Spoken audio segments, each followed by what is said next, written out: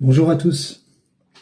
J'avais à cœur de vous partager un message aujourd'hui, peut-être qui rebondit sur le message de la dernière fois que j'ai fait. C'est la question du témoignage et de qui on est et de ce qu'on transpire. Ce message me tient à cœur parce que je viens de rentrer chez moi. J'habite dans un foyer, un foyer de jeunes de travailleurs immigrés, dont je rencontre toutes sortes de gens, toutes cultures. Je suis rentré, je croise un musulman, moi je mets la louange, il y a les appels à la prière, tout ça, et on vit tous ensemble. Je suis rentré, j'ai salué un de mes frères musulmans, il me dit tu vas bien, ouais tout ça, on discute. On est en paix, on vit tous en paix, on vit en harmonie. Hier, des frères musulmans sont venus m'apporter à manger. Et je leur disais, bah, écoutez, moi je suis chrétien, mais je suis catholique, c'est le carême, je jeûne, donc je rends le jeûne avec vous. Et ils étaient super contents. Et je leur dis, on est en communion de prière, etc. Pourquoi je dis ça?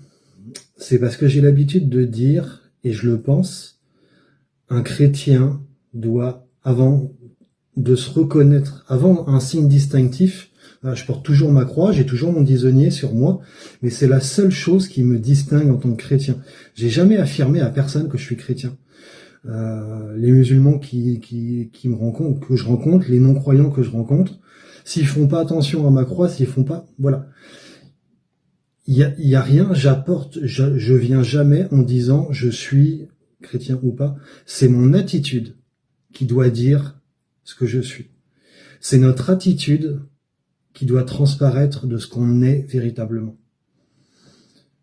Il y a une personne avec qui je discutais il y a quelques semaines qui me disait, encore un musulman, qui me disait, on parlait et il me disait, mais quand je te vois, t'es lumineux. Et je lui dis, c'est ça la vocation d'un chrétien.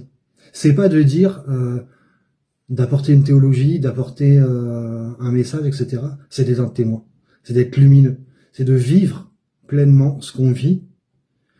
Et ça doit suinter, ça doit transparaître au point que ce soit un témoignage pour les autres. Voilà, c'était le message que j'avais à cœur de vous apporter aujourd'hui, en ce dimanche. Je sais même plus quelle date on est. Bon dimanche, bon week-end, bon carême pour ceux qui le font et soyez tous bénis.